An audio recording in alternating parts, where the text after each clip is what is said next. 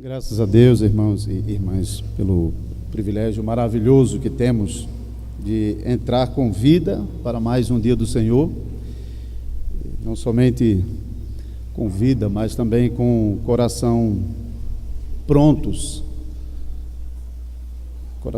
para servir ao Senhor, porque a gente sabe que há muitos que estão vivos, mas o coração não desejava estar aqui.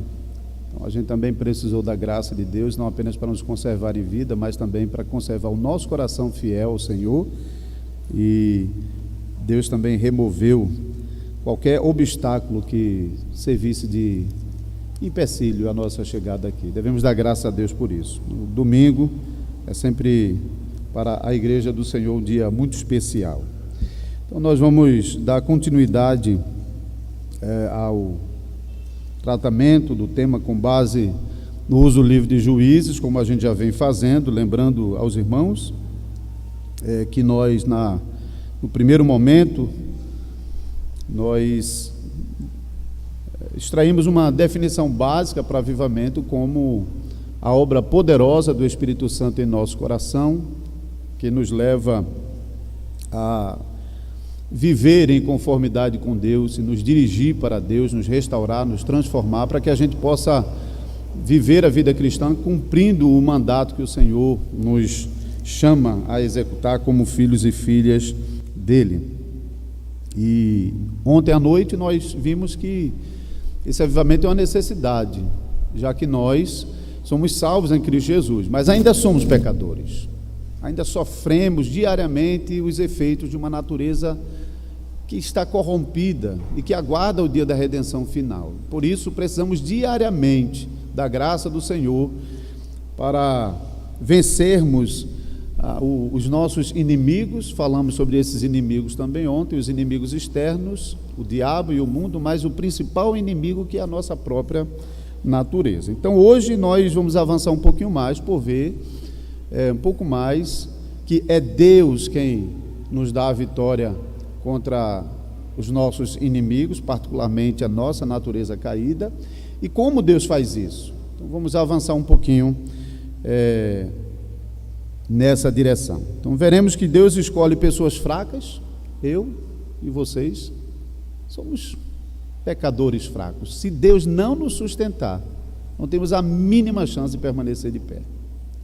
Também veremos que, em primeiro lugar, Deus prepara o nosso coração para a batalha da fé, porque sem isso a gente não tem condição de ir à batalha.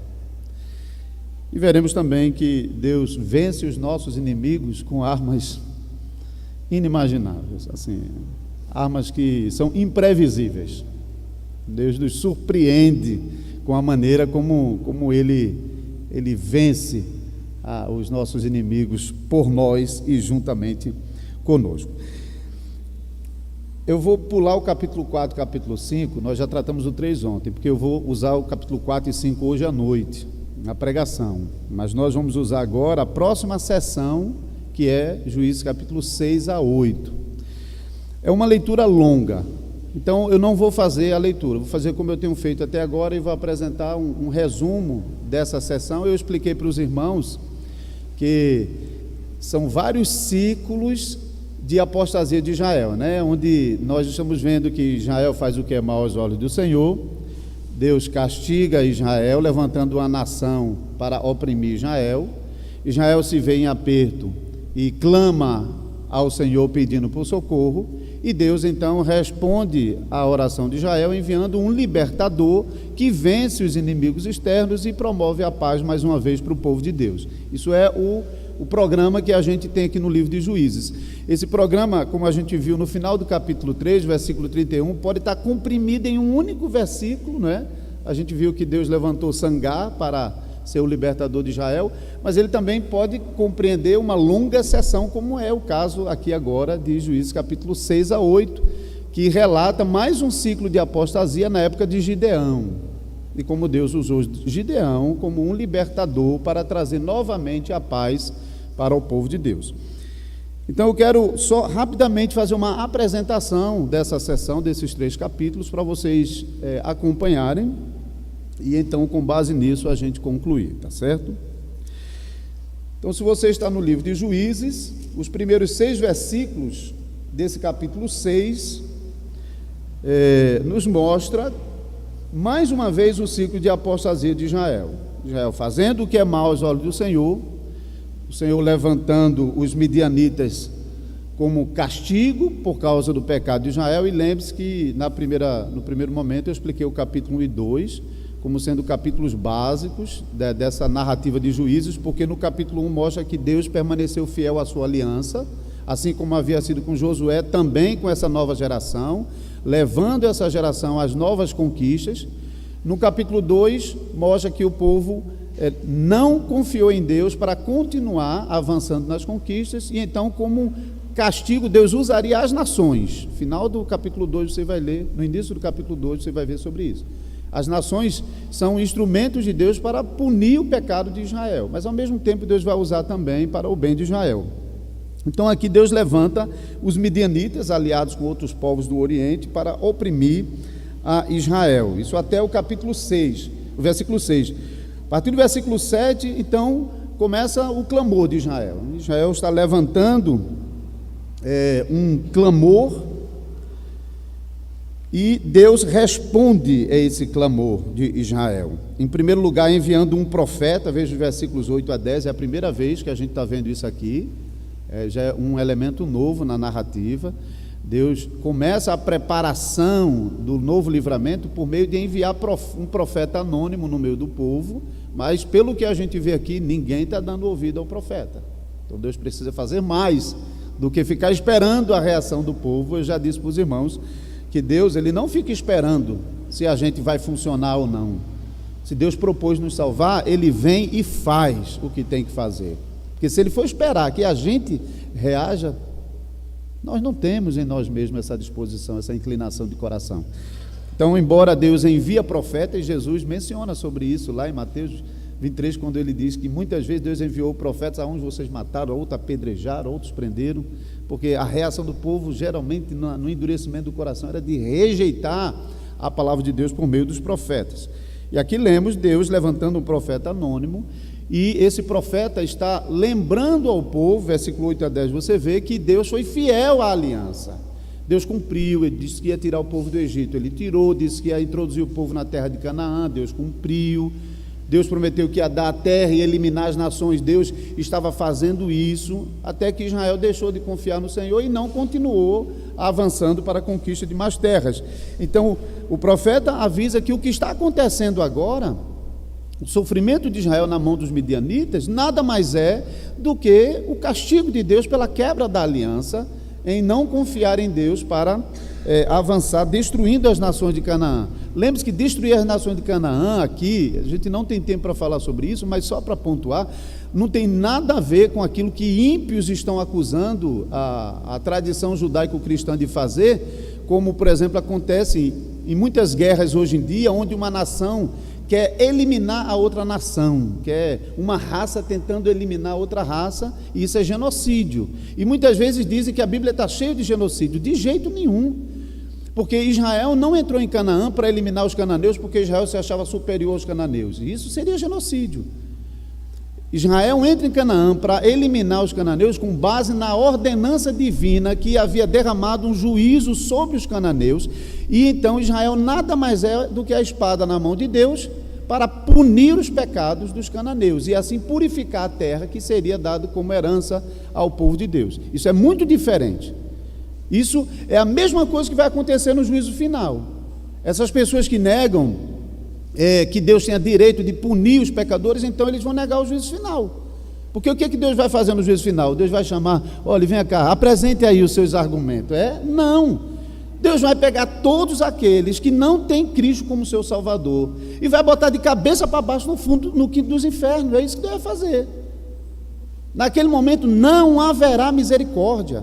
Deus é o justo juiz que punirá justamente a todos os pecadores.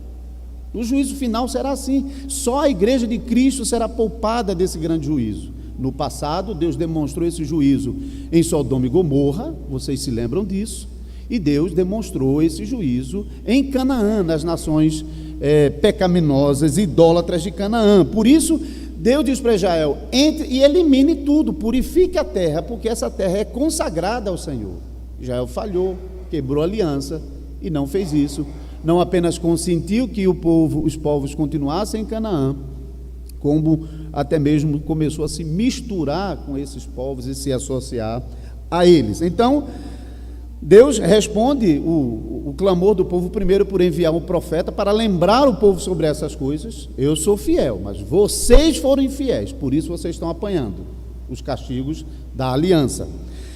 Em seguida, Deus responde o clamor de Israel por meio de escolher Gideão como o próximo libertador do povo de Deus, que vai pôr Israel a salvo da opressão dos midianitas. E Deus também vai usar Gideão para ganhar o coração do restante do povo, para batalhar ao lado do Senhor. Isso ocupa todo o restante desse capítulo, desde o versículo 11 até o final, versículo 40. Porém, dentro desse restante de capítulo, a gente pode ver que Deus, ele aparece a Gideão duas vezes. Na primeira vez é uma manifestação visível, os versículos 11 a 24, quando ele está debaixo lá do carvalho. Deus aparece a Gideão quando ele está malhando o trigo no lagar. Isso porque os midianitas, toda vez que chegava a época da colheita, invadiam a terra e levavam tudo. Então, na tentativa desesperada de salvar alguma coisa, ele foi lá para o galpão escondidinho onde costumava pisar o vinho, para lá malhar o trigo, que geralmente era feito no campo, né? A malhação do trigo geralmente era feita no campo, mas ele queria fugir do campo de visão dos midianitas. Então mostra aqui a tentativa desesperada de Gideão de salvar alguma coisa ali de alimento para a sua família. E nessa manifestação de Deus a Gideão tem o primeiro sinal que Deus dá a Gideão, porque ele aparece a Gideão. No primeiro momento, Gideão não percebe quem é que está falando com ele, ele não percebe que é o próprio Deus quem está ali diante dele. E cada vez que o anjo do Senhor diz: vai nessa tua força e livre Israel, ele sempre está argumentando: mas se é assim, Senhor, por que os nossos pais disseram tanta coisa no passado e agora tudo está acontecendo contra nós? E mais uma vez, vai nessa tua força. Mas ele não está percebendo que é Deus. Mas ele começa já mais para o final dessa parte, ele começa a desconfiar que era Deus que estava falando com ele. Então ele diz: olha, versículo 17: agora, se achei mercê diante dos teus olhos, dá-me um sinal de que és tu, Senhor, que falas. Então, se é tu mesmo, eu estou desconfiado que é o Senhor que está falando comigo, mas se é tu mesmo, me dá um sinal. Então aqui Deus dá o primeiro sinal de que Deus, ele mesmo estava escolhendo Gideão para liderar o povo nessa batalha. E então o que vai acontecer? No momento em que Gideão apresenta o sacrifício, o homem não come o sacrifício. O que ele faz? Ele toca na rocha e sobe fogo da rocha, consome todo o holocausto, inclusive com o caldo derramado em cima. Lembra daquela passagem de Isaías, de Elias, que ele prepara o holocausto e derrama um monte de água em cima para dizer: a coisa mais difícil seria o fogo lamber, porque está tudo molhado. Ele faz a mesma coisa aqui, derrama o caldo por cima, e aí o fogo levanta da rocha e consome todo o holocausto. E Deus, ele desaparece por cima do holocausto. Tem outra passagem também que fala sobre isso, que é o pai de Sansão, Manoá. Quando o anjo do Senhor aparece e consome o sacrifício lá, diz o texto que Deus subiu maravilhosamente diante de Manoá, e ele ficou aterrorizado, achando que ia morrer por causa disso. A mesma coisa Gideão está sentindo aqui, porque afinal de contas ele agora reconhece que não era outra coisa, outra pessoa que estava diante dele, senão o próprio Deus. Então ele fica aterrorizado, achando que vai até morrer por causa disso, mas Deus disse: Pai seja contigo, não vai morrer. Deus não veio a ele para juízo, mas veio com misericórdia e graça para usá-lo como um instrumento poderoso na libertação do povo de Deus. No segundo momento, os versículos 25 a 40, Deus aparece novamente a Gideão, embora o texto não use a palavra sonho, mas provavelmente foi um sonho, porque foi uma aparição de noite. Deus ordena a Gideão que ele vá lá na terra do seu pai, onde tinha um altar dedicado a Baal. Então veja que os pais de Gideão eram pessoas comprometidas com a idolatria. Isso mostra que o próprio Gideão também era um homem que àquela altura estava comprometido com a idolatria, porque o altar de Baal estava na própria terra do seu pai. Então Deus ordena, você pode ler nesse versículo 25 a 40, que ele vai lá, destrua o altar de Baal, construa um altar de pedras lavradas, conforme Êxodo, e em cima dele sacrifique o segundo boi que era do seu pai. Essa expressão é interessante que vocês lerem sobre isso, porque era o boi que já estava separado para o sacrifício de Baal. Aí Deus diz: pega esse boi e agora sacrifício no altar, em sacrifício ao Senhor, e use toda a madeira dessa idolatria ao redor, que eu me expliquei ontem, de Aserá, né, que era a deusa cultuada também em Canaã. Destrua esses ornamentos todinho, pega a madeira e use como lenha. Percebe o que Deus está fazendo aqui? Deus está afrontando mesmo a adoração a Baal, como Elias fez lá no Monte Carmelo. Vai lá, junta os 450 e clama aí a Baal para ver se ele responde. Está vendo que ele estava provocando, criando aquela tensão que eu disse que é necessário. Igreja não pode ser amiga do mundo, não. Igreja tem que ser inimiga do mundo. Deus, quando a gente está muito amigo das coisas do mundo, Deus às vezes permite mesmo situações que colocam a gente em choque, e às vezes até punindo a gente e castigando com a mão deles, como governantes muitas vezes faz conosco. Por que Deus permite isso? Porque às vezes a gente está muito amigo daqueles que são inimigos de Deus. Então Deus provoca uma tensão para romper essa amizade, porque a igreja nunca pode viver nesse mundo com amizade com aqueles que odeiam a Deus. Não existe isso é inconcebível. Não pode ter amizade com quem odeia a Deus. Então Deus faz isso aqui. Deus provoca uma inimizade entre Baal e o povo de Deus, porque agora destruíram o altar de Baal, e você vai ver que os homens no primeiro momento querem matar Gideão. Versículo 21, desculpe,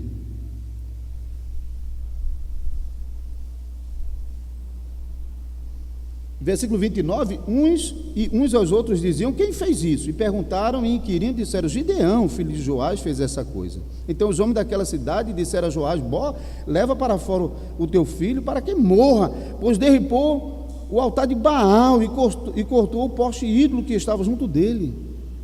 Esse homem tem que morrer. Ele está afrontando Baal. Veja como Baal era o grande nome, não era mais Deus, não, era Baal.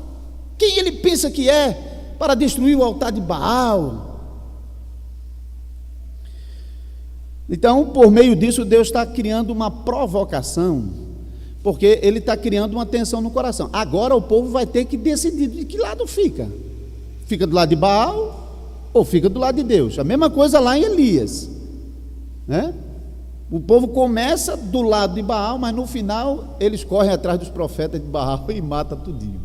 Ou seja, há uma mudança. Aqui também vai acontecer isso, mas no primeiro momento o povo está do lado de Baal. Os israelitas estão contra Deus e querem matar esse Gideão, que em seguida é chamado de Jerubaal, que é aquele que contende, por isso Jerubaal, aquele que contende com Baal.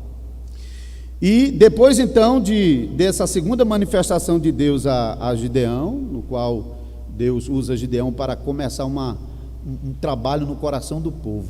Externamente o povo está sendo confrontado a ter que escolher uma posição, Deus ou Baal.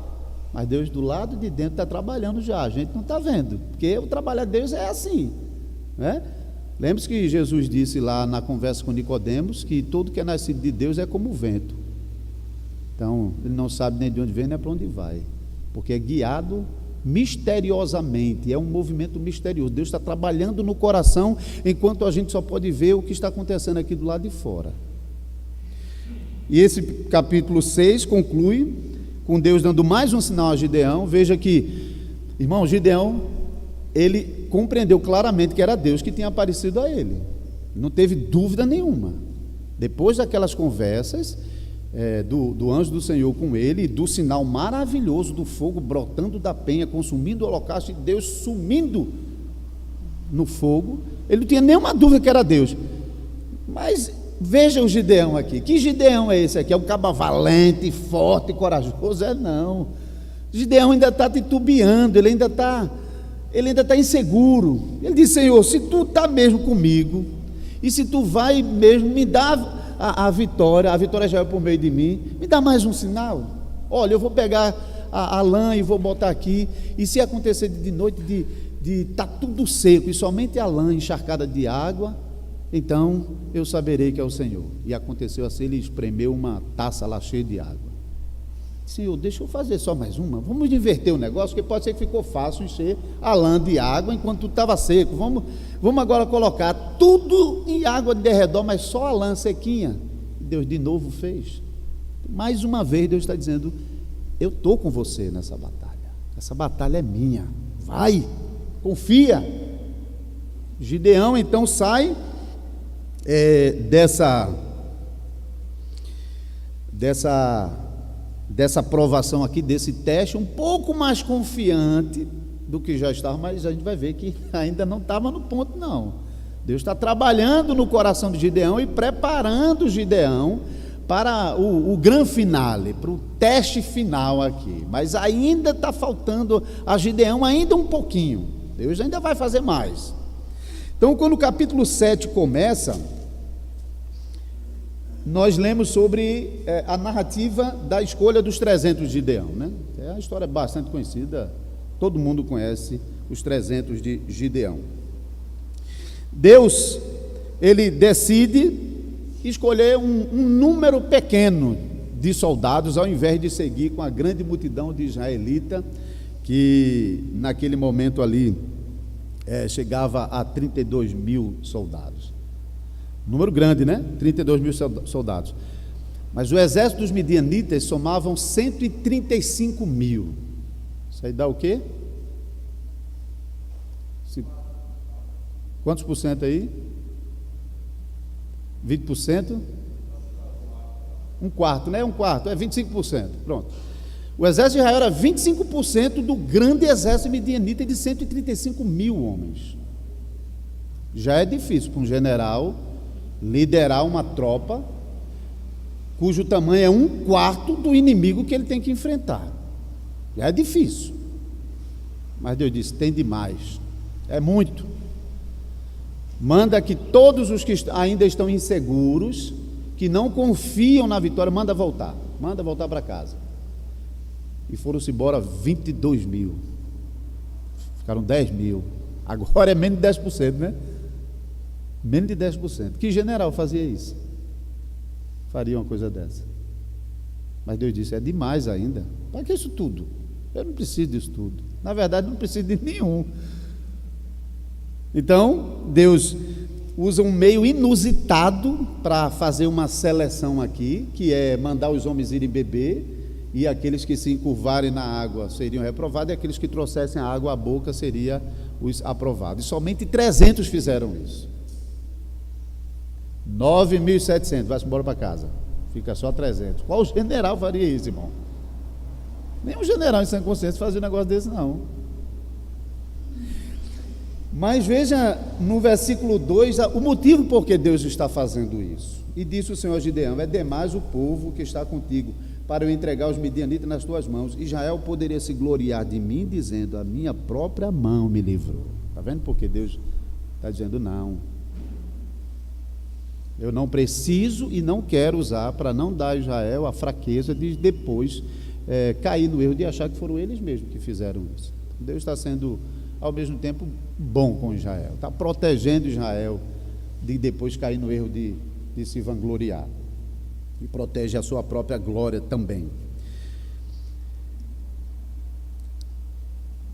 Depois de escolhidos os 300 homens, e os 31.700 aí foram-se embora, e ficaram lá os 300, versículos 9 a 15, Deus percebe que ainda havia temor no coração de Gideão. Ele ainda precisava um pouquinho mais confiança, para ir para a batalha seguro, porque o ponto aqui no livro de Juízes é que, irmãos, quando Deus, desde a época de Josué, disse: olha, avança contra os inimigos, não tenha medo, porque eu já os entreguei nas suas mãos. É muito interessante, porque os estudantes de hebraico podem avaliar isso. Muitas vezes o texto está usando não uma narrativa que aponta para uma vitória no futuro, como seria o esperado. Vai, porque eu vou entregá-los nas suas mãos. Ele usa uma narrativa que indica uma história já concretizada, já realizada. Então Deus diz, vai porque eu já dei, ou seja, e essa história que vai se concretizar, é uma história, na verdade, no decreto de Deus já realizado. Deus já tinha dado os inimigos na mão de Israel. A questão é confiar nessa palavra. Se eu olhar para a palavra da promessa, eu vou avançar sem medo. Mas se eu olhar para o tamanho do inimigo, se eu olhar para as minhas armas, aí eu não vou não. Eu tenho que ser realista. Eu não vou. Eu vou ficar com medo. O ponto aqui é que Deus quer nos ensinar que a gente não tem de olhar para o tamanho do inimigo, não tem de olhar para as nossas armas, mas temos que fitar os nossos olhos em Deus e na promessa que Ele nos faz. Essa promessa é segura, não falha. Israel avançar contra os inimigos, não importava o tamanho deles não. Olha, você nunca fez isso não, mas dá para você, se você pegar uma faca quente, num tablete de manteiga, tem coisa mais fácil do que cortar a manteiga? Não tem. Uma faca afiada, quente, num tablete de manteiga, é a coisa mais fácil do mundo. Israel tem que entender isso. Ele ia avançar contra os inimigos, ele não precisava se preocupar como é que vai ser não, porque Deus ia acabar com os inimigos, independentemente da força de Israel. Isso está muito claro no texto, quando Deus manda todo mundo embora, deixa só os 300, e tem mais aqui para a gente ver. Deus manda, mas Deus percebe que Gideão ainda não tinha chegado nesse ponto de confiança.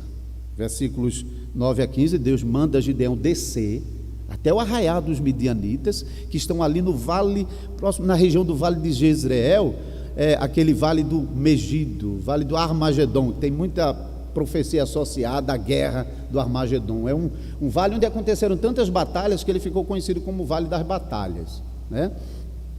Então, nessa mesma região, uma região estratégica militarmente, mas para os planos de Deus aqui também é impressionante, quando a gente conhece um pouco da geografia e a gente vê como Deus realmente está usando até a geografia aqui. E Gideão também vai usar isso. Não sabemos se Deus revelou a Gideão ou se Gideão realmente compreendeu a estratégia aqui e fez, e agiu do jeito que ele agiu. Então aqui Gideão desce ao arraial, nos limites do arraial dos midianitas, e ele e um amigo dele, Puá, ouvem um midianita contando para o seu amigo que tinha tido um sonho na noite anterior, naquela noite. E no sonho, ele sonhava que vinha um pão de cevada e batia contra a tenda do general deles e destruía, logo a tenda do general. Aí o colega diz, hoje isso nada mais é do que a espada de Gideão. E Deus entregou os midianitas na mão de Israel. Acabou, você não tem. Você pode imaginar o estado de ânimo, o estado de espírito que esse exército estava. Dá para perceber como Deus já está trabalhando, não só no coração dos israelitas, para levar confiança ao coração dos israelitas, mas Deus está trabalhando também no coração dos inimigos do povo de Deus, causando terror no coração deles. Eles estão apavorados. Algo muito semelhante aconteceu em Josué 6, quando Israel entra em Jericó para destruir Jericó.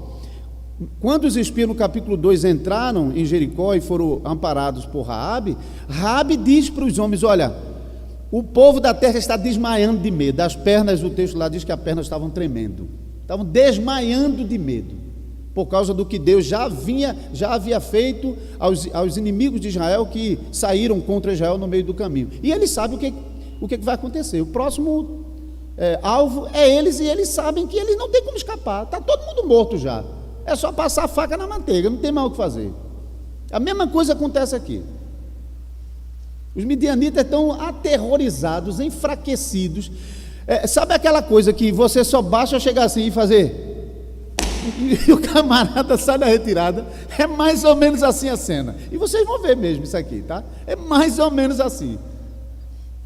Então, depois que Gideão ouve isso, aí agora não. Agora a gotinha que estava faltando no pote de unção lá de Gideão se completou. Ele agora realmente, ele não tem mais dúvida nenhuma, ele está completamente convicto de que Deus vai dar a vitória a Israel por meio deles. Então ele sobe de novo, sai do vale, sobe as montanhas e de novo reúne os 300 que estão com ele, descem para o vale, com os 300, e aqui acontece uma coisa bem interessante aqui, porque são 300, versículo 16 a 25 agora é essa narrativa.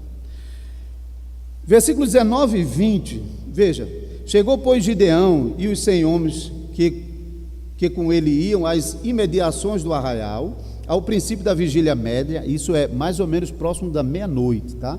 No Novo Testamento a gente ouve sobre 4 vigílias da noite, no Antigo Testamento a gente só ouve sobre 2, na verdade, o da manhã e a média, mas se tem manhã e média, qual é a conclusão? Que tem uma terceira, né? Então eram 3 vigílias, mais ou menos próximo da meia-noite, quando o turno dos guardas tinha mudado e o povo já estava meio que relaxando,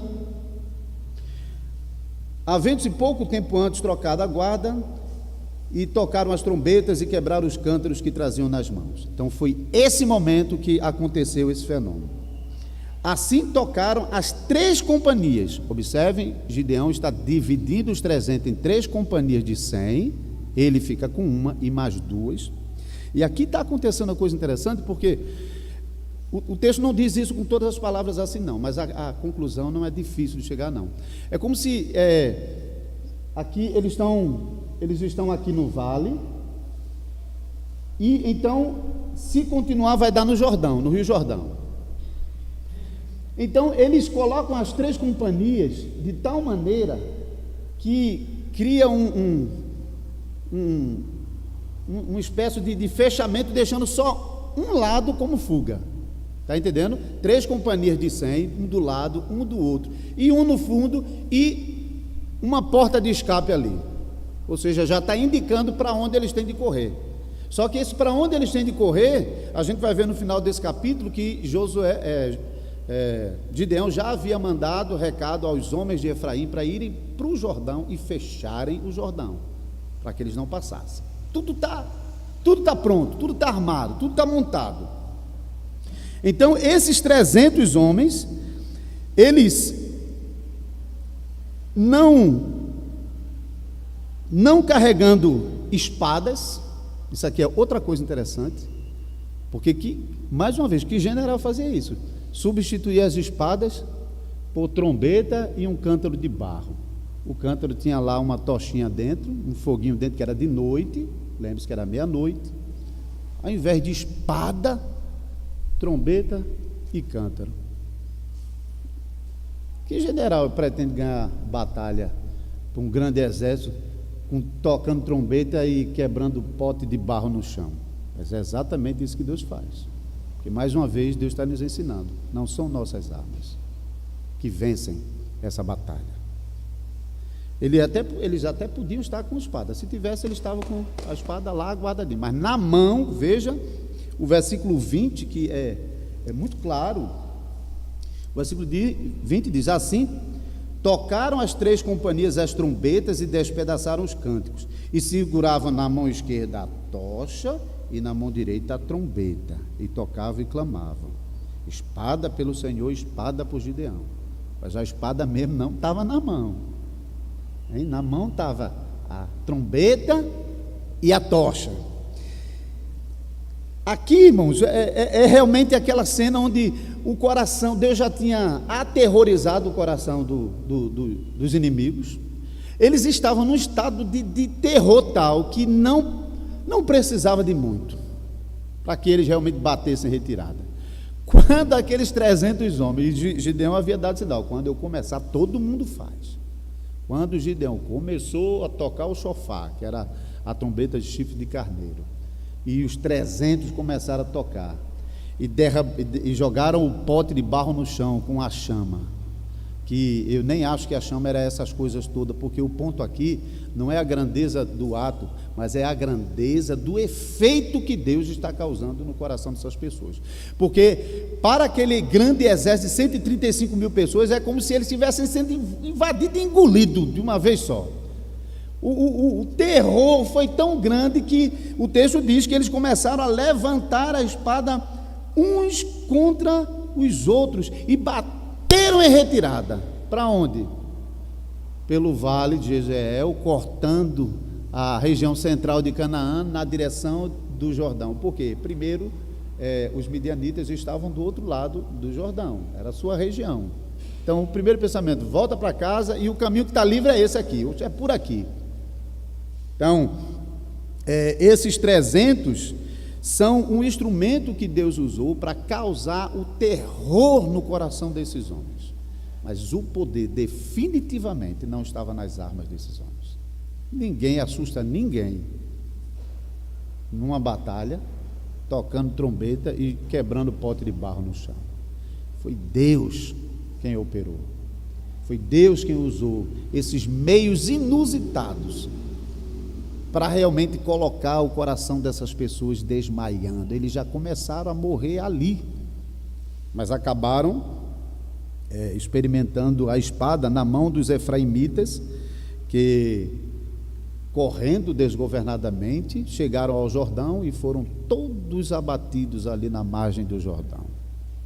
Cerca de 120 mil homens. 15 mil conseguiram escapar atravessando o Jordão para o outro lado. Conseguiram escapar, atravessar o Jordão. 120 mil caíram na mão dos efraimitas na margem do Jordão. Isso você vê nos versículos finais 24 e 25. O capítulo 8 começa com a reclamação desses efraimitas, que de fato foram os que efetivamente mataram os midianitas, porque Gideão e os 300 foram responsáveis pelo espanto que colocou esses homens em retirada. E veja os primeiros versículos, que os homens de Efraim disseram a Gideão: que é isso que nos fizeste? Que não nos chamaste quando foste pelejar contra os midianitas, e contenderam fortemente com ele. Aqui tem uma virtude de Gideão que brota aqui, que vai aparecer novamente mais adiante, que é humildade. Ele era um homem de fraca confiança em Deus. Ele realmente mostrou isso, que ele não era um homem de grande confiança, mas ele era humilde. Ele obedeceu a Deus quando Deus ordenou. E aqui veja qual é a resposta dele. Ele podia se achar o tal aqui, porque afinal de contas eu e os meus 300 aqui botamos 135 mil homens para correr. Mas ele não faz isso não, ele pacifica essa tensão com os seus irmãos efraimitas, por dizê-los, versículo 2: que mais fiz eu agora do que vós? Não são porventura os rabiscos de Efraim melhores do que a vindima de Abiezer? Deus entregou nas vossas mãos os príncipes dos midianitas, Oreb e Zeeb. Que pude eu fazer comparável ao que fizeste? Então, com falar-lhe essas palavras, abrandou-se-lhes o coração, abrandou-se-lhes a ira para com ele. Diante disso aqui que eu fiz demais. A gente só fez tocar trombeta e quebrar um pote de barro no chão. Vocês foi que de fato puxaram a espada e mataram 120 mil inimigos. Ele não toma glória nenhuma para ele, né? Ele realmente, ele até elogia os seus irmãos e assim pacifica a situação. Depois disso, Gideão com os 300 atravessa o Jordão atrás daqueles 15 mil que haviam escapado. Persegue-os e os alcança e os matam, inclusive os 2 reis que estavam com ele, Zeba e Zalmuna. E depois de destruir o exército, de desbaratar o exército, talvez ele não matou todos, mas desbaratou e os outros fugiram. E eles executam Zeba e Zalmuna, esses 2 reis, principalmente porque em alguma situação anterior que não é relatado, esses 2 reis aqui haviam matado seus próprios irmãos. E ele até diz que se não fosse isso, até te deixaria vivo, mas porque eles foram injustos na morte de seu irmão, então eles executam esses 2 reis. E quando eles voltam para o Jordão, eles punem também os próprios israelitas que estavam em Penuel e Sucote, que eram 2 cidades israelitas que estavam na tribo de Gade, fora de Canaã, do outro lado do Jordão, porque quando Gideão atravessou para ir em busca dos 15 mil que haviam fugido, os soldados estavam cansados e com fome a essa altura, porque eles vêm lá do Vale de Jezreel. Eles pediram auxílio aos homens de Sucote e de Penuel, e esses homens negaram e até zombaram dele. Vocês já têm na mão aí Zeba e Zalmuna, por acaso, para vocês virem pedir ajuda? Então Gideão, quando volta, dá a devida paga, porque naquele momento esses homens israelitas de Penuel e Sucote, o que eles fizeram foi desprezar a Deus, porque Deus estava libertando o seu povo da opressão dos midianitas, e eles se opuseram a lutar, a batalhar ao lado de Deus, oferecendo ajuda ao servo de Deus Gideão com seus 300. Então, eles são punidos também. E os versículos finais do capítulo 8, a partir do versículo 22 até o 35, nós temos duas coisas. A primeira é a intenção dos israelitas de fazer de Gideão rei. E a segunda é que a conclusão, os versículos finais trazem uma conclusão que já aponta para os próximos 2 capítulos, porque a história de Gideão termina aqui, mas tragicamente os filhos de Gideão vão protagonizar uma das histórias mais horríveis da história do povo de Deus, que é um dos filhos de Gideão matando seus 70 irmãos. Isso é o que vai ser narrado nos próximos capítulos. Isso já está introduzido nos versículos finais, ao mencionar que Gideão teve 70 filhos e teve um filho com uma concubina chamada Abimeleque, e é esse homem que vai ser um grande atropelo nessa história de Gideão, que vai manchar essa história de Gideão e vai desconsiderar tudo o que Gideão realmente fez. Isso é a narrativa dos próximos 2 capítulos. Mas então, sobre esse convite que os israelitas fazem a Gideão, versículo 22, então os homens de Israel disseram a Gideão: domina sobre nós, tanto tu como teu filho e o filho de teu filho, porque nos livraste do poder dos midianitas. Aqui que eu disse mais uma vez, Gideão mostra humildade. Gideão diz, porém Gideão lhes disse: não dominarei sobre vós, nem tampouco meu filho dominará sobre vós. Meu filho aqui no singular, parece que já está indicando a Abimeleque. Ele teve 70 filhos e mais um filho com a concubina, mas parece que ele já percebe que esse filho da concubina tem um ímpeto dominador, e até pode ser que esse nome Abimeleque, pai dos reis, traduzido, pode ser que esse nome já tenha sido dado na fase adulta, quando ele já estava demonstrando esse ímpeto dominador, que Gideão não tinha, mas o filho parece que já está desenvolvendo isso, e vai deixar claro nos próximos capítulos. Então ele diz: nem eu, nem meu filho vai dominar sobre vocês, o Senhor vos dominará. Então veja, Gideão realmente ele é um homem humilde. Ele disse: vocês não precisam de um rei terreno, vocês têm Deus como rei de vocês, isso é suficiente. Que nação tem o Senhor como seu rei? Vocês têm Deus como seu rei, não precisa de rei terreno. Felizmente, às vezes a gente vê que pastores de igreja parece que têm o mesmo ímpeto de Abimeleque, acham insuficiente que o nosso Salvador Jesus, sentado no trono do universo, reine sobre nós, e eles mesmos querem ser dominadores do rebanho. Então Gideão quebra qualquer possibilidade naquele momento de uma monarquia, embora a gente sabe que mais para frente, no período de Samuel, o povo vai de novo fazer a mesma coisa: escolha um rei sobre nós. E aí Deus vai dizer para Samuel: Samuel, olha, deixa, porque não é a tu que eles estão rejeitando, não, é a mim. Eles estão dizendo: eu não quero que Deus reine sobre nós, a gente prefere um rei terreno. Porque, mais uma vez, às vezes as pessoas se impressionam com as manifestações externas. Gideão, com 300, venceu um exército de 135 mil. Esse é o homem, rapaz, que tem que governar sobre nós. Esse homem parece um Deus. Quem é que consegue fazer as coisas que ele faz? Percebe que não estão olhando para Deus? Estão rejeitando que é Deus quem está conduzindo o povo, quem está liderando a batalha e quem está dando vitória ao povo. Isso se repete cada vez de novo. Nós somos, irmãos, saibam disso, nós somos muito inclinados a isso, a ser impressionados. Por que as igrejas hoje buscam milagres e sinais e maravilhas? Porque é muito fácil impressionar com essas coisas.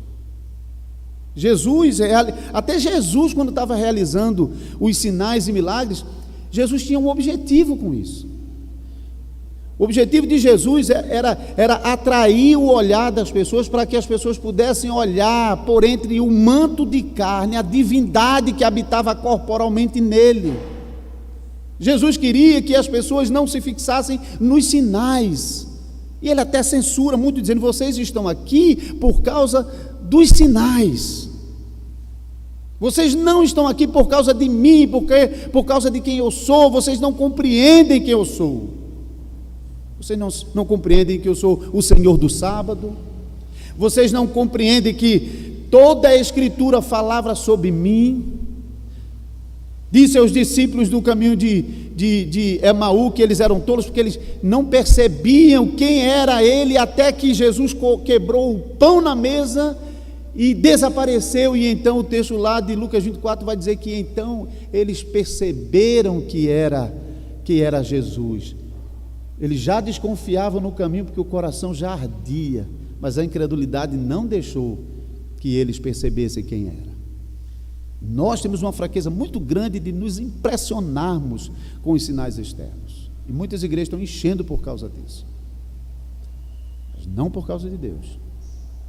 São pessoas que estão pensando em si mesmos, olhando para si mesmo e buscando pregadores segundo a sua vontade, que possam fazer cosquinha no ouvido dele e dizer tudo o que eles querem ouvir. É isso que muitos estão procurando. Não estão procurando ouvir a voz de Deus, não estão procurando meditar na palavra da promessa, e não estão buscando graça para abraçar e confiar nessa palavra da promessa. Gideão não aceitou, foi um homem humilde, mas em compensação ele toma uma atitude que vai ser a desgraça para a casa dele e para a nação de Israel, porque no versículo 27 ele vai mandar fazer uma estola sacerdotal, que não era de uso exclusivo dos sacerdotes, mas lá em Êxodo Deus ordenou ao sumo sacerdote Arão uma estola. A estola era aquela vestimenta que ficava por cima da roupa do sacerdote, né? daquela roupa de baixo, e inclusive o peso que é mencionado aqui chega a ser uma coisa absurda, porque somando o versículo 26, o peso das argolas de ouro que pediu foram 1.700 ciclos de ouro, isso dá quase 20 quilos, uma estola de 20 quilos de ouro era coisa exagerada demais. Alguns sugerem que essa estola não era para vestir, era mais um instrumento de idolatria, para ser adorado. Mas pelo contexto aqui, eu compreendo que não tem a ver com idolatria, porque a idolatria do povo só começou depois da morte de Gideão, como é o programa no livro de Juízes. No livro de Juízes, o povo torna a fazer o que é mal aos olhos do Senhor depois que aquele juiz morre. Enquanto aquele juiz está vivo, por meio deles, Deus contém a idolatria do povo. E você pode ver isso nos versículos finais. No versículo 33, por exemplo, morto Gideão, tornaram a prostituir-se os filhos de Israel após os Baalins e puseram Baal Berite por Deus. Então, isso depois da morte de Gideão. Então, eu acho que o ponto aqui não é idolatria. O ponto aqui é que quando Gideão, ele não aceita ser rei, mas quando ele manda fazer uma estola, e essa estola é levada para a casa dele, versículo 27,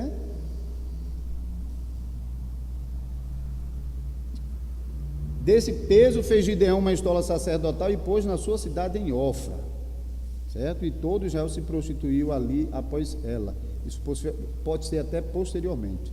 E a estola veio a ser um laço para Gideão e sua casa. O ponto é que, quem é que usava essa estola? Os sacerdotes. Qual era a função do sacerdote? Ser o intérprete de Deus para o povo. Ser aquele que, quando o povo queria saber alguma coisa, procura o sacerdote, ele ia usar o Urim e Tumim para dizer se era vontade de Deus ou não, se deveria ir à guerra ou não, se algo deveria ser feito ou não. E agora está lá Gideão com uma estola sacerdotal. Ele não era sacerdote, ele era da tribo de Manassés, não era da tribo de Levi. Então percebe que tem um desencaminhamento aqui, ou seja, a verdadeira adoração a Deus está sendo corrompida por meio dessa atitude insana de Gideão, que está tirando o povo da verdadeira adoração que era ministrada pelos sacerdotes levitas, e agora está concentrando sobre Gideão, que é um homem de Manassés. Se os irmãos se recordam, mais lá para frente, quando o reino de Israel será dividido entre Roboão e Jeroboão, Jeroboão faz exatamente isso. Jeroboão, para que o povo do reino do norte não descesse para Jerusalém para adorar a Deus, o que Jeroboão faz? Ele estabelece uma outra classe de sacerdote, que não era levita, para iniciar um outro sistema de adoração em outros lugares que não era Jerusalém. Então ele bota em Betel e lá em Dan, bota bezerro de ouro para o povo adorar, e os sacerdotes eram outros que não levitas. Está vendo que aqui já tem um germe disso?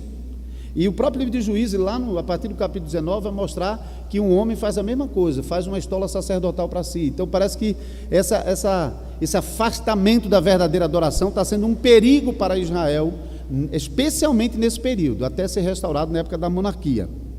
Então, Gideão está desencaminhando o povo da verdadeira adoração a Yahvé, por meio da adoração dos sacerdotes levitas, e talvez concentrando isso sobre si mesmo. E curiosamente, em toda a narrativa do capítulo 6, 7 e 8, você não ouve em nenhum momento menção de levitas e sacerdotes. Parece que realmente estavam desprezando. Certo. Agora vamos voltar um pouquinho, porque nós falamos no princípio sobre Deus sendo aquele que Ele é quem nos dá a vitória contra os nossos inimigos, e Ele faz isso, às vezes, de modo inusitado, né? Então, nós falamos inicialmente sobre Deus escolhendo pessoas fracas, Gideão, sobre Deus despertando o coração dos crentes para a batalha, e, enfim, Deus dando vitória ao povo de Deus na batalha, usando armas que normalmente nós não usaríamos. Então, vamos voltar a esse ponto para nós concluirmos. Por que Deus escolheu Gideão? Porque Gideão era o melhor que se podia encontrar em Israel naquele momento? De jeito nenhum. Como já podemos ver, Gideão também estava envolvido na idolatria de Baal. O altar estava na casa de seu pai, não há protesto nenhum de Gideão. Também não há nenhuma resposta de Gideão à mensagem do profeta que fora anteriormente enviado, antes de Deus falar com ele. Gideão mostra uma grande fraqueza em confiar em Deus, e por 3 vezes Deus precisou realmente trabalhar o coração de Gideão para que ele confiasse em Deus. E no final, Gideão é responsável pelo desencaminhamento da sua casa e da nação inteira por causa da estola sacerdotal. Definitivamente, irmão, Deus não escolheu Gideão porque ele era o melhor homem que se podia escolher ali. E eu acredito que existiam muitos fiéis, porque a igreja de Deus nesse mundo nunca fica sem os verdadeiros adoradores. Nunca fica. Guarde isso, nunca. Pode ser que a gente experimente um período tão ruim na história da igreja nesse mundo, que você procura os crentes e parece que desapareceram todo mundo. Cadê os fiéis? Sumiram, acabou de ter mais na igreja, acabou, se misturou, o Estado agora está dizendo como é que as coisas têm que ser, a adoração é do jeito que eles querem, e acabou, aquela igreja fiel tem mais não, é só para manter a religiosidade. Engana-se, porque Elias também pensou a mesma coisa na época do terrível reinado do rei Acabe. Talvez um dos períodos mais dramáticos da história de Israel, o perverso rei Acabe e a sua esposa estrangeira perversa. O que Deus disse para Elias quando Elias disse: Senhor, mataram os teus profetas, só ficou eu? Ele disse: negativo, tem 7.000 que não se dobraram diante de Baal, mas ninguém viu esses 7.000, nem Elias o profeta. Deus mostrou a ele, mas estavam lá. Desde Adão e Eva, os primeiros membros da igreja de Deus nesse mundo, até o momento da vinda de Cristo, Deus é um rei que não fica sem súditos. Nunca vai existir um tempo em que a igreja será completamente eliminada do mundo, nunca, mesmo que passe despercebido aos nossos olhos. Então eu acredito que existiam homens de Israel melhor do que Gideão, mais fiéis, mais confiantes em Deus, mas Deus escolheu Gideão, não porque ele era o melhor, mas porque ele queria deixar claro que não é pela força dos homens que ele leva o seu povo à vitória, é pelo seu próprio braço poderoso que Deus faz isso, mesmo que ele faça isso usando homens e mulheres fracos, porque a glória pertence ao Senhor. Falaremos mais sobre esse aspecto de promoção da glória de Deus na última fala, na pregação de hoje à noite, com base em Juízes 4 e 5, que é a história de Débora e Baraque. Então, definitivamente não foi por causa de Gideão ser o mais virtuoso entre todos os homens de Israel.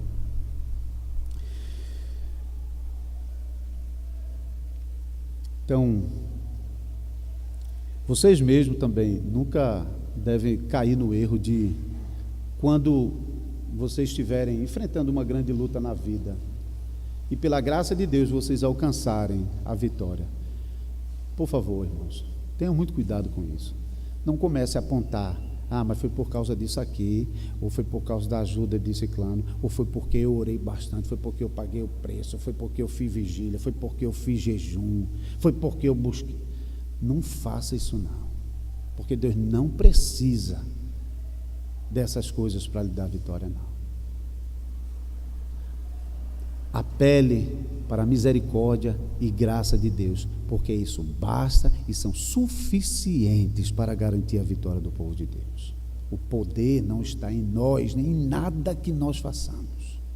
O poder está em Deus, no braço forte dEle, na vontade dEle querer fazer. Se Ele não quiser lhe dar essa vitória, se Ele quiser fazer você passar pela moenda, você pode se arrastar no chão. Lá em Recife faz isso na subida do Morro da Conceição. Não vai adiantar não. Não vai adiantar. Se Deus não estiver com você, pelejando a sua batalha, não adianta você fazer nada. Lembre-se que depois da derrota de Jericó, que era a grande cidade, era o portão de entrada de Canaã, era a grande fortaleza protetora de Canaã. Derrubou Jericó, acabou-se Canaã. Era assim. Jericó era o portão de entrada. Foi por ela que começou a conquista, porque derrubado, Jericó acabou-se, é terror daqui para frente. Mas o que acontece na cidade seguinte, que era desse tamanho aqui? O general diz para Josué: olha, senhor, não precisa cansar o exército não, basta enviar uns 2 ou 3 mil homens que é suficiente. A cidade é fraca. Olha a confiança, hein? Só que o que tinha acontecido, o que Deus tinha dito para não fazer, Deus disse que não era para pegar nada do despojo de Jericó, porque Jericó era herem. Herem era uma palavra aplicada em certas circunstâncias, onde a destruição devia ser completa e absolutamente nada devia ser poupado, nem tomado para si. Ninguém podia tomar despojo nem nada. Tudo era dedicado ao Senhor. Herem é uma palavra especial para demonstrar, de um lado, essa destruição completa, mas também dedicação completa ao Senhor. E todos os tesouros recolhidos deviam para o serviço do Senhor. Aí Acã, vocês se lembram, né? O que ele faz? Vai lá, pega a capinha lá, um negocinho de ouro, esconde lá debaixo da tenda. E Deus então condena isso. E por causa disso, Deus faz Israel bater em retirada, envergonhado diante dos portões de Ai. Porque confiaram neles e tinha pecado, e Deus não apoia pecado. Deus não vai abençoar crente por causa de pecado. Deus abençoa crente que confia nele, que dá a glória a Ele, que reconhece que de si mesmo não tem nada e que tudo o que tem vem de Deus. Então, busque a Deus, clame por Ele e peça graça a Deus para que Ele desperte no seu coração essa confiança e que dia após dia vocês possam crescer nessa confiança no Salvador Jesus. Deus ganha o coração para a batalha, para a fé, e promove a glória do seu nome. Como é que Deus faz isso? Lembre-se, Deus havia enviado o profeta para falar, não deu certo, o povo não reagiu, estava endurecido o coração demais para receber a palavra do profeta. Então Deus vai ao encontro de Gideão, e Deus começa a ganhar o coração de Gideão. Veja que foi a luta também, não foi? Deus está sendo paciente com Gideão. Apareceu a primeira vez, Gideão ainda estava em dúvida. Depois, na segunda vez, no sinal do novelo de lã. E depois a terceira vez, no sonho do midianita. Então veja, Deus está trabalhando para ganhar o coração de Gideão. Enquanto Deus está trabalhando para ganhar o próprio coração de Gideão, Deus está usando o próprio Gideão para ganhar o coração do povo. Porque no primeiro momento, quando Gideão destruiu o altar de Baal, lembre-se que todos estavam contra ele, hein? Queriam até matá-lo. Mas naquela mesma passagem, voltando ao capítulo 6, o versículo 31, o próprio pai de Gideão, que era talvez o sacerdote idólatra, porque era no terreno dele que ficava o altar de Baal, depois que Gideão destrói o altar, e o povo se revolta querendo matar Gideão, veja que esse homem mostra que alguma coisa está acontecendo no coração dele, uma mudança está acontecendo. Versículo 31, porém Joás disse a todos os que se puseram contra ele: contendereis vós por Baal, é? Vocês vão defender Baal, é? Vocês vão livrar ele, é? Ele precisa de vocês, ele é um Deus que precisa, de vocês. Qualquer que por ele contender, ainda esta manhã será morto. Se é Deus, que por si mesmo contenda, pois derribaram o seu altar. Ele não é Deus? E se ele é Deus, deixa então que ele se defenda. Vamos ver se ele realmente é Deus agora. Veja que o coração desse homem está passando por mudança, está sendo conquistado mesmo por Deus. O coração do povo, que no versículo 30 aqui está endurecido ainda, porque veja ele dizendo: então os homens daquela cidade disseram a Joás: leva para fora o teu filho para que morra, pois derribou o altar de Baal e cortou o poste ídolo que estava junto dele. De que lado o povo está? Claramente do lado de Baal, está contra Gideão e contra Deus. Mas no versículo 34, depois que o sacrifício é oferecido, versículo 34, veja que diz: o Espírito do Senhor veio sobre Gideão e revestiu Gideão. Agora Gideão, irmão, ele está sendo usado poderosamente na mão do Senhor. Ele começa a tocar a trombeta em convocação. Quem é pelo Senhor? Agora se mostrem. Quem é contra Baal e quem é contra o Senhor? O qual tocou arrebate, e os abiesritas se juntaram após ele. Quem eram esses abiesritas? Era o povo dessa cidade onde ele estava, que estava querendo matar ele por causa do altar de Baal. Agora parece que o estrondo da trombeta parece que coloca em choque o coração desses homens que estavam cocheando entre Baal e o Senhor, e agora eles tomam uma posição pelo Senhor e por Gideão. Então veja que Deus começa a trabalhar no coração de Gideão, e por meio de Gideão ele começa a trabalhar no coração do povo que atenderam ao chamado de Gideão para pelejar pelo Senhor e ao lado do Senhor. Então veja, Deus não espera. Não, vamos lá, vamos ver se o povo aceita, né? Quem sabe aqui alguém? Não. Deus trabalha no coração e muda o coração dos crentes, daqueles que ele escolheu, daqueles que ele chamou e daquele que ele propôs salvar. Deus toma a iniciativa. Desde o princípio foi assim. Quando Adão e Eva pecaram, eles não procuraram por Deus, eles se esconderam. Foi Deus quem foi ao encontro dele. E Deus sempre faz isso aqui no livro de Juízes. Deus sempre está trabalhando para levar o povo de Deus a responder a Ele, a escolher, a se decidir por Deus. E por fim, Deus derrota o mal que nos cerca e o mal que está dentro de nós, mas Ele não faz isso sem nós. Aqui é um ponto importante, porque dizer que é Deus quem ganha as nossas vitórias, dizer que Deus usa meios extraordinários, não significa que nós ficamos de fora. Que então, Jesus disse lá na petição: o pão nosso de cada dia nos dá hoje. Ele não está ensinando que a gente vai orar: Senhor, me dá o pão, e aí a gente fica sentado esperando o pão chegar. Não, o que ele está ensinando? Você deve aprender que o pão que vai chegar à sua mesa é o Senhor quem dá. Se o Senhor não der, não vai chegar não. Não adianta você fazer o que você queira fazer. Não vai chegar o pão. Só vai chegar se Deus lhe der o pão. Então você tem que orar pelo pão, confiar que Deus vai lhe dar, mas Deus vai lhe dar por meio do seu trabalho. Então acabou de orar, vai embora trabalhar. E confie que Deus vai abençoar o seu trabalho, e por meio do seu trabalho vai trazer o pão para a sua casa. É assim. Então, da mesma maneira, nós somos chamados a batalhar pela fé. Nós não somos chamados a só ficar orando e esperando que Deus haja, sem nós mesmos não nos envolvermos nessa batalha de fé. A carta de Judas é um exemplo disso. O que Judas está fazendo? Ele, quando percebe que a igreja estava em perigo, ele não podia ir naquele momento, mas ele escreve para batalhar em defesa da fé e chamar os irmãos a fazer a mesma coisa. a batalhar pela fé que uma vez por todas foi entregue aos santos. Tem que batalhar por ela, tem que lutar, tem que pelejar, tem que sofrer por ela. Então, na luta contra os nossos pecados, a gente não ora e diz: Senhor, me ajuda a vencer esse pecado, e fica esperando para ver o que é que acontece.